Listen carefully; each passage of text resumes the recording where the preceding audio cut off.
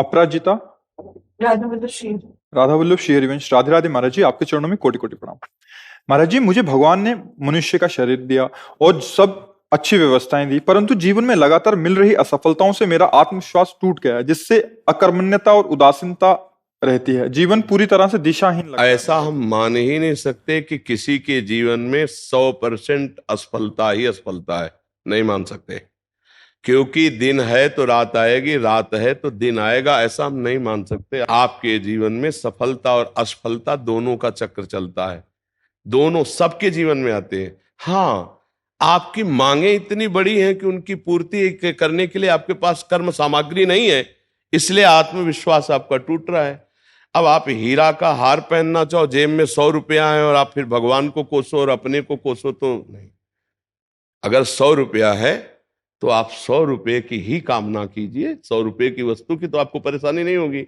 ऐसे ही आपका प्रारब्ध कर्म आया है, अब आप उसके अनुसार चलेंगे तो ठीक है, और उससे ज्यादा मांग करेंगे तो उसकी पूर्ति होगी नहीं। तो आप चाहे भगवान को कोसो चाहे अपने को कोसो, उससे कोई लाभ होने वाला है नहीं। इसीलिए विवेक की जरूरत है, ज्ञान की जरूरत है। क्या आप असफलता समझते हैं?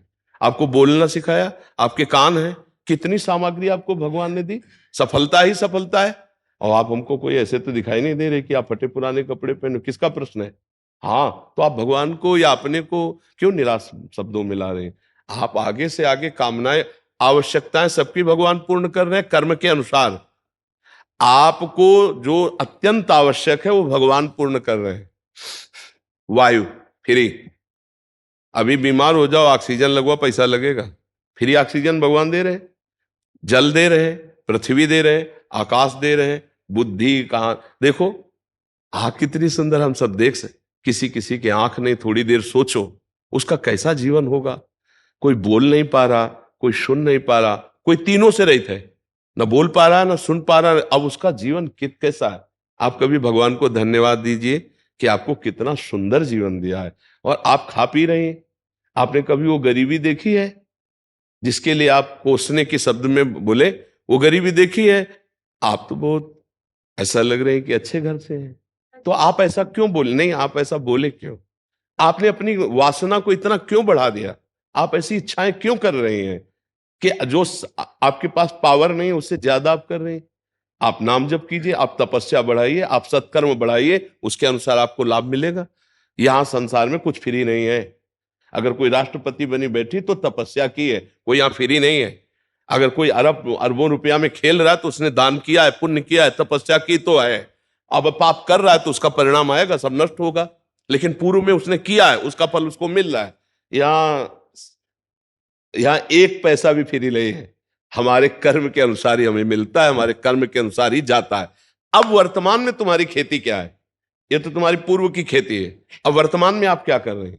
महाराज जी, वर्तमान में खेती सब चीजों की वजह से मतलब कोई भी काम शुरू करो उसमें मुझे उत्सुकता नहीं है। नहीं नहीं, यही गलती कर रहे हो। पूर्व की खेती तो बिगड़ी हुई थी हमारी, अब पूर्व को लेकर वर्तमान की बिगाड़ दे तो मूर्खता ही है ना।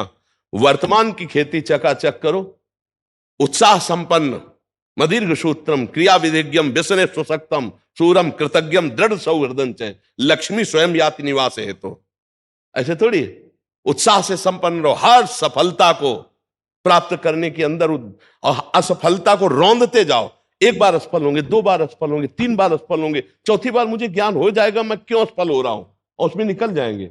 ऐसा नहीं कि किसी के भाग्य में इतना ही लिखा है कि हर बार असफल होता ही चला जाए, ऐसा कभी हम नहीं मान सकते। हमारा मनुष्य जीवन कोई पशु जीवन नहीं है कि हम केवल प्रारब्ध के अधीन है। हम नवीन कर्म करके नवीन प्रारब्ध की रचना करने आए हैं। हमें निराश नहीं होना, हमें नाम जप करना है, पवित्र चरित्र रखना है, दूसरों के अधिकार की रक्षा करनी है। क्योंकि आप किसी एक परिवार में होंगे, आपका कोई परिवार के सदस्य जन होंगे, उनके भावों की रक्षा करनी, उनकी सेवा करनी है, और सांसारिक उन्नति के लिए हमें प्रयासरत रहना है। अगर हम असफल हो जाते हैं व्यापार में, नौकरी में, प्रयास में, तो हमें निराश होकर नहीं बैठना, हमें फिर और उपाय करने हैं। किसी न किसी दिन सफलता हाथ लगी जाएगी। ऐसा नहीं है कि हम असफल होते ही चले जाएं। हम आपको एक शास्त्रीय दृष्टांत देते हैं। विद्यारण्य नाम के एक बहुत बड़े सन्यासी हुए हैं। वो गरीब ब्राह्मण के घर पैदा हुए थे, तो माता पिता के पोषण के लिए उनके पास व्यवस्था नहीं थी। तो वो चूंकि ब्राह्मणत्व में थे तो उन्होंने संतों का संग किया था, तो गायत्री अनुष्ठान किया। 24 लाख गायत्री का एक पुरस्चरण होता है। उन्होंने एक पुरस्चरण का अनुष्ठान पवित्रता से, गायत्री अनुष्ठान माता गायत्री का, कुछ नहीं मिला।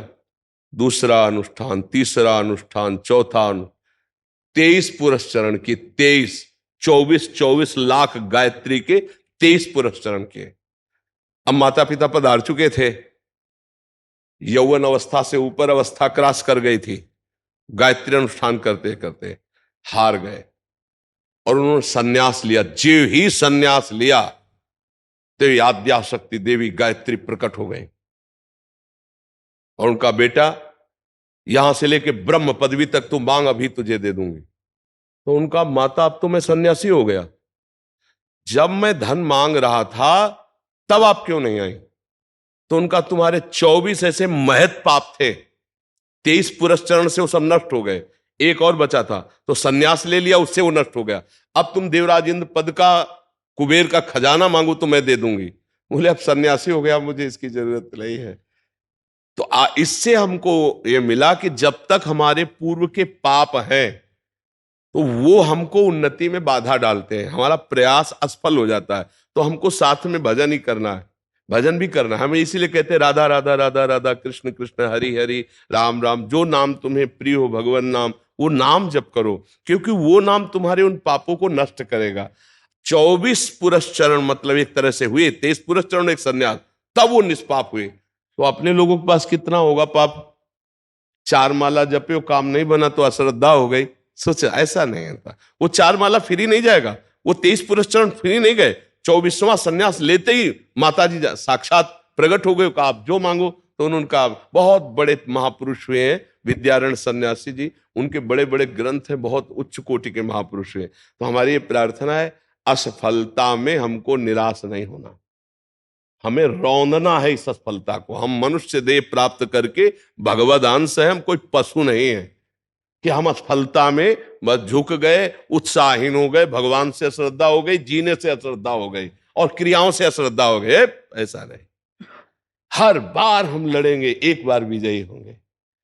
जीवन में एक बार तो हम विजयी होंगे, हम परास्त करेंगे। 2 साधन चलना चाहिए, एक आंतरिक नाम जप और एक बाह्य प्रयास, तो हम सफल हो जाएंगे, बिल्कुल सफल। अर्जुन जी से यही भगवान कह रहे हैं, मैं तुम्हारे साथ हूं, मामनुस्मर युद्ध च, मेरा स्मरण और युद्ध कर। युद्ध माने कर्तव्य कर्म, अपने कर्तव्य में लगे रहो और मेरा स्मरण करो। स्मरण क्या करेगा? पाप को नष्ट करेगा। कर्तव्य क्या करेगा? आगे की उन्नति का रास्ता खोल देगा।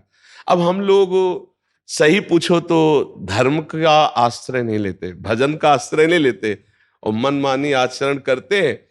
कोई बिरला ऐसा होगा जो अपने जीवन के चरित्र को पावन करके धर्मयुक्त चल करके ऊंचाई पर चढ़ना चाहे।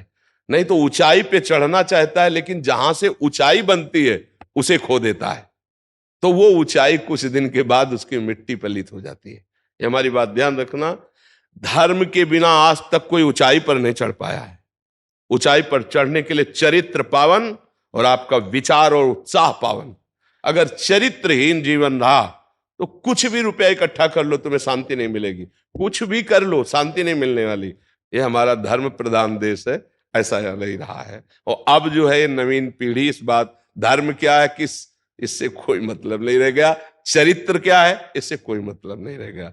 अब आप जैसे कहो कि ऐसा कैसे कह सकते हो चरित्र नहीं, तो आप हमें बताओ, आज इस लड़के से बॉयफ्रेंड गर्लफ्रेंड वाला जो संबंध चलता है, फिर इसके बाद एक शब्द आया है ब्रेकअप, फिर आया नवीन बॉयफ्रेंड, फिर आया है ब्रेकअप, फिर आया नवीन। अब जो हंसी में उनसे बात पूछो तो बोले 9 गर्लफ्रेंड, 10वीं, वो 10। इसको आप क्या कहेंगे? ये क्या हो रहा है हमारे समाज में? इसको क्या कहा जा रहा है? इसको बॉयफ्रेंड गर्लफ्रेंड को कुछ दिमाग में नहीं रखा जा रहा है, लेकिन अपवित्रता का संचार हो रहा है कि नहीं हो रहा? देह अपवित्र, मन अपवित्र, विचार अपवित्र, चरित्र अपवित्र नहीं है। हम मानते हैं दोस्ती करो, मानते हैं, लेकिन एक को स्वीकार करो और माता पिता की सहमति से पाणी ग्रहण करके फिर गृहस्थी धर्म का, तो पवित्र जीवन हो जाएगा। हम इस पक्ष में नहीं जाते हम इस पक्ष में, आज का जैसा समय है, अगर आपको दोस्ती भी करनी है तो एक से करो, खूब पहले परिचय बना लो, फिर एक से करो, और फिर दोनों माता पिता की शरण में हो कि हम लोगों ने दोस्ती की, यदि आपका अनुमति हो, आपका आदेश हो, और आजीवन फिर ब्याह करके घर गृहस्थी। ये कौन सा चरित्र है? हम दोस्ती के लिए नहीं रोकते, करो दोस्ती। शास्त्रों में सब वर्णन आया है, पिता ने छूट दे दी, आप वर स्वयंवर क्या है, स्वयंवरो, स्वयंवर का वर्ण करो, वर्ण कर लिया। माता पिता को भी चाहिए कि ज्यादा उसमें न पड़े, अपने बच्चों के सुख में सुखी रहना सीखें, बच्चों को जिसमें सुख मिले, पर आज के बच्चे इन बातों को बहुत हल्के में ले रहे हैं, समझ नहीं रहे। तो उससे क्या हो रहा है, बच्चों की प्रवृत्तियां बिगड़ गई। अब वही बच्चे जब वर वरेंगे ना, तो वो ब्रेकअप वाला अभ्यास वहां भी आ जाएगा। तो ना वो पति पत्नी से आजीवन भाव रख पाएगा, ना वो पत्नी पति से आजीवन भाव रख पाएगा, और दोनों के जीवन व्यर्थ हो जाएंगे। इसलिए हमें लगता है कि अगर चरित्र पावन रखा जाए और हम धर्म पूर्वक चले, नाम जप करते हुए, और अपने कर्तव्य का पालन करें, तो उत्साहहीनता कभी नहीं आएगी, असफलता में भी उत्साहहीनता नहीं आएगी। हम सफलता को एक दिन चूमेंगे, एक दिन उसको प्राप्त करेंगे। हमारी बात को अच्छे से समझ लीजिएगा। प्रश्न तो आपका है, लेकिन लगभग प्रश्न ये सभी का है। ये प्रश्न लगभग सभी का समाज का है, और ये लाखों लोग सुनते हैं, इसलिए हम इसको विस्तार से कह रहे हैं। चरित्र पावन, उद्देश्य महान, नाम जप, कर्तव्य का पालन, विजयी ही होगे कहीं भी हो।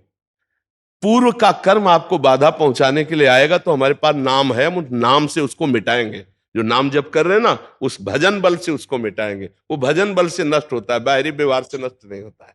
जी।